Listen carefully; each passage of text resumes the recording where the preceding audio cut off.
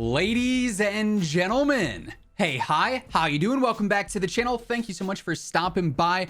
Today we got a little bit of a new update from Infinity Ward. I say a little bit of a new update. This is actually a pretty major update. This is our day one patch notes, our launch patch notes for Modern Warfare 2. Basically, all the changes that they made to MW2 gameplay from the beta up until launch. So we got quite a bit to go through and break down here. So we've been blown away by your response to MW2's campaign early access that began.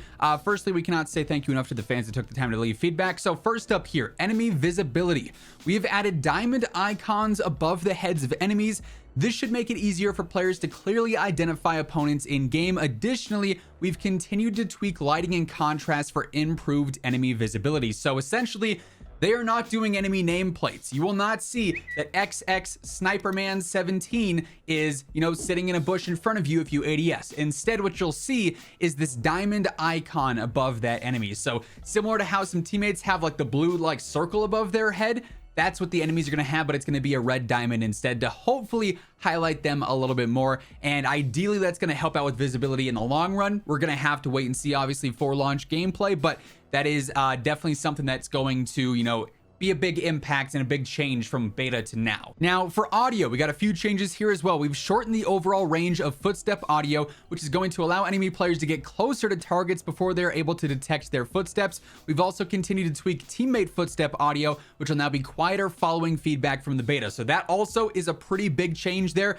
The footstep audio could be heard, it seemed like, from 9,000 miles away in the beta. Now it's going to require you to be a lot closer, and you're not going to confuse teammate footstep audio with enemy footstep audio as frequently. Another very big one here, the in-world activation sound volume range for the Dead Silence field upgrade has been drastically decreased. In the beta, if you pop Dead Silence, it gave off like a weird ringing or a pinging sound whenever you activated it. It basically said, hey, enemy, there's a person behind you activating Dead Silence. And then you got killed and you lose your field upgrade, you lose your streak. It's just not a good time. So absolute W changes to the audio there. For third person, following feedback from the beta, aiming down sights will now stay in a third-person POV for low zoom optics. They've talked about this on Instagram previously as well. Only high zoom optics, beginning with the ACOG and higher, are special optics such as hybrid and thermals.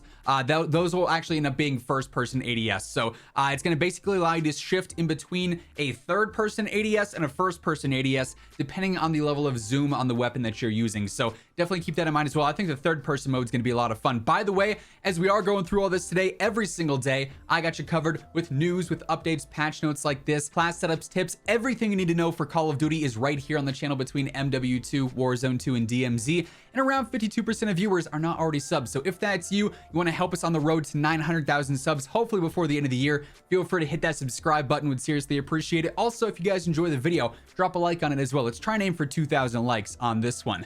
Moving on here, we have weapons. We've continued to tweak weapons across the game following feedback from the beta and game data as well. Players can expect more specifics on weapon tuning as we continue to support post-launch, so we'll probably get more actual weapon tuning patch notes here in a couple of days' time, I would imagine. For UI, we've been working hard on numerous updates here to our UI that make accessing and customizing your loadouts more seamless. We made improvements to the navigation of menus, and we'll continue to optimize our overall HUD. So as we know, during the beta, it was messy, it was clunky, it was annoying to move around all the menus. That's not going to be the case here come launch. They have simplified the menus in general, which again, I think is a huge W because the first menus during the beta, those were just not great. Now for movement, this is another big one here. Slide, ledge hang, and dive have been further refined. We've also addressed some movement exploits following the beta.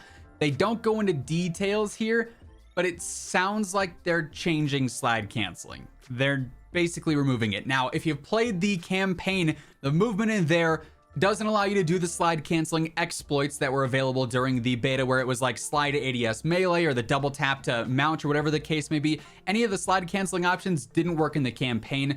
Also, the smooth bee hopping and bunny hopping mechanics from the beta also were not active in the campaign. That's likely what I'm assuming they're referencing when they say we've addressed some movement exploits following the beta. So I'm not gonna lie, a little bit disappointed in that, very much so focusing on just the most basic of movements. I like having the option to have a skill gap there with movement rather than the skill gap being sitting in a corner and ADSing every single sight line. That to me is a little bit too passive, but that's just my 2 cents there. They have addressed that though. Matchmaking, we've implemented some changes that aim to reduce lobby disbandment between matches. We look forward to testing this at a large scale and getting feedback. So this is essentially saying that lobby disbanding is not going to happen every single match per se. We've talked about this before.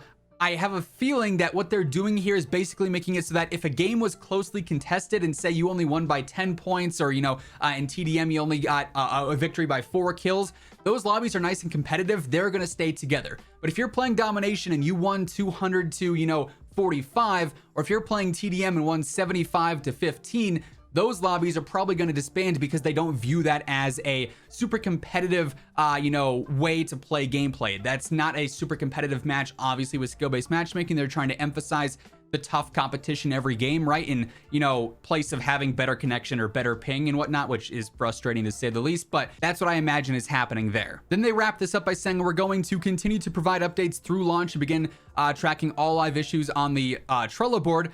Here, hyperlink, except the hyperlink doesn't work, so there's that. Whenever that's updated, of course, we're gonna be covering those, pretty much weekly in our update videos or our weekly preview videos, whatever the case may be. And as we end up getting more patch notes here, I'm gonna be breaking down those as well. One quick thing I want to tack on to the end here is that earlier today, we obviously broke down all the camos and everything that were revealed in the multiplayer reveal from the first blog. Well, they've actually gone through and updated some of those camos already. So now that we're here on this Call of Duty blog, you can see the gold camo has already changed a little bit from its first preview from earlier on today. So it's a little bit more shiny here. Platinum does not have any gold left in it. Before it was like a mix of gold on the stock and a little bit on the muzzle and barrel, but now it is just straight up platinum. So it covers the entire gun, the receiver, the magazine, the stock, everything there. We also have a slight update to Polyatomic here. It's not as flashy and bright as before. It's a little bit more textured as well. So you can see like on the stock and the magazine, it's not popping as much, but with the base of the gun and everything, it's still that purple sort of, texture to it as well. And then the major update actually comes to Orion here, which no longer has that like black obsidian in there. It is just straight up the sort of galaxy camo all throughout. Now it's a lot more subtle on the stock and it's a lot more subtle on the magazine, but it's there also. This is going to be reactive. Joel Emsley from Infinity Ward did confirm over on Twitter that they have actually adjusted the speed at which this moves, so it's going to be reactive. They're not sure if that's going to happen with the day 1 launch update or shortly thereafter, but it is going to be a reactive camo that actually moves on your gun, so I love that. So some slight updates here. They've already gone through and changed some of the looks to the camos there as well. But that being said, that is effectively the major day 1 launch update patch notes for MW2. As we get new patch notes, as we get new changes or any new updates, I'm going to have you guys covered, so stick it here for that alongside everything else going on in COD. We've got some absolutely phenomenal videos coming up here soon with launch, obviously. Tons of stuff to break down for you guys, so you won't want to miss any of that. Make sure those noties are turned on. And if you guys enjoyed this video, drop a like on it as well. It does really help grow the channel. But that being said, that is going to wrap things up. Once again, thank you so much for tuning in. And until next time, take it easy, have an awesome rest of your day, and I'll catch you guys later. Peace out.